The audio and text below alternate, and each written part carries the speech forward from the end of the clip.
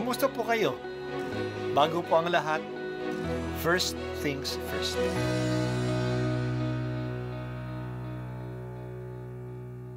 Good morning po. Sinisimulan po natin ngayon ang first things first. At dito po, tinatalakay natin sa unang bahagi ng umaga natin ay ang first readings na binabasa po sa banal na misa. Ito pong tinatalakay natin kasi madalas po kasi marami na tayong alam tungkol sa gospel readings. Pero konti po ang nagsasalita sa first readings.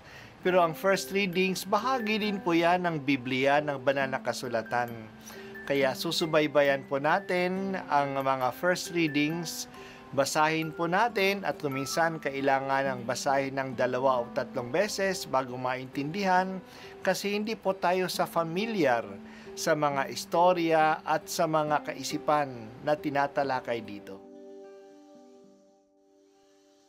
Ang pagbasa mula sa aklat ni Propeta Isaias, sinasabi ng Panginoon, "Kung titigilan ninyo ang pang-aalipin at pagsuway sa akin, at ang masamang salita'y iiwasan, kung ang nagugutom ay pakakainin ninyo at tutulungan, ang kadilimang bumabalot sa inyo ay magiging tila liwanag sa katanghalian, at akong Panginoon ang siyang sa inyo'y laging papatnubay.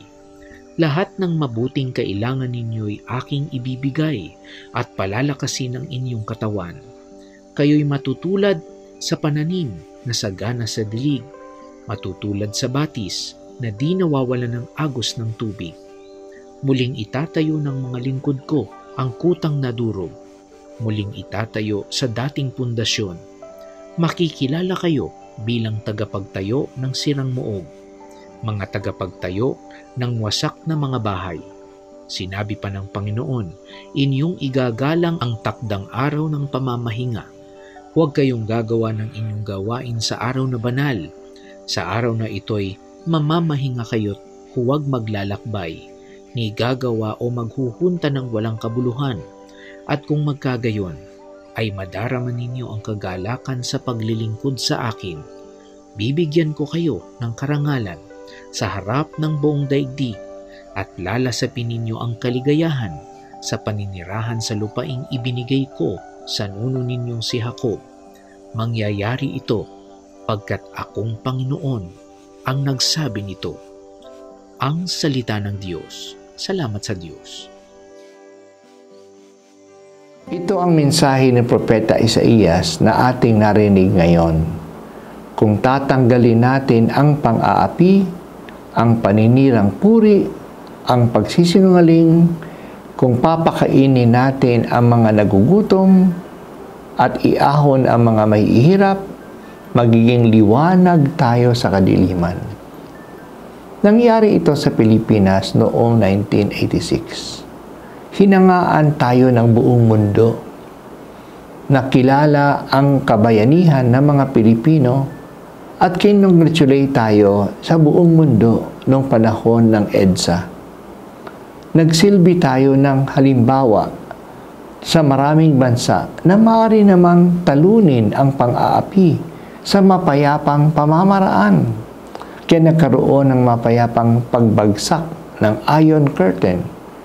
Tinumba ang Berlin Wall na mapayapa at nagkaroon ng kalayaan sa Central Europe na walang digmaan. Kumalas na sila sa kuko ng Russia at ng communism. Talaga nagsilbi ng liwanag ang mga Pilipino noon. Kung tanggalin natin ang pang-aapi at tulungan ang nangangailangan, hindi tayo iiwanan ng Diyos at pasasaganain pa tayo. Ang lupain ay magiging tulad ng harden na masagana at itatayo uli ang lungsod na nasira, sabi ni Propeta Isaias. Kailangan ding igalang at ipangilin ang araw ng Panginoon. Noon ang araw ng Panginoon para sa mga Hudyo ay ang araw ng Sabado. Yan yung kanilang araw ng pagpapahinga. Ngayon, ang araw ng Panginoon sa atin ay araw ng Linggo. Dapat sa araw na ito, hindi lang ang ating sarili, ang ating pagkakaabalahan, kundi ang pagsamba sa Diyos. Kaya kailangan tayo magsimba. Kung gagawin natin ang mga ito, hindi tayo pababayaan ng Diyos. Maganda ang ating nagawa noong EDSA Revolution noong 1986. Napatalsik natin ang diktador at mang-aapi. Maganda ang simula pero hindi pa natapos. Napatalsik nga ang mga nang-aapi pero hindi naiahon ang mga inaapi. Hindi naiahon ang mga Pilipinong mahihirap. Ang kapangyarihan ay pumunta pa sa mga mayayaman at hindi nakinabang, hindi napakinggan ang daing ng mga mahihirap. Hindi na ipamahagi ng maayos at mabilis ang lupa sa land reform program. Hindi natanggal ang political dynasties. Napalitan lang ang mga dinastiya noon ng ibang mga dynasties. Hindi nawala ang system ng corruption. Sayang. Kaya hanggang ngayon, hindi pa natatamo ang pangarap ng kaunlaran para sa maraming mahihirap na pangako ng EDSA Revolution.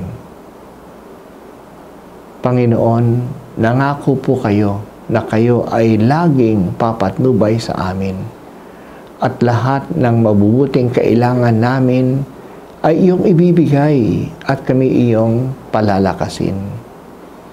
Pinanghahawakan po namin ang iyong pangako. Tuparin po niyo ito kasi kami ay umaasa sa iyo.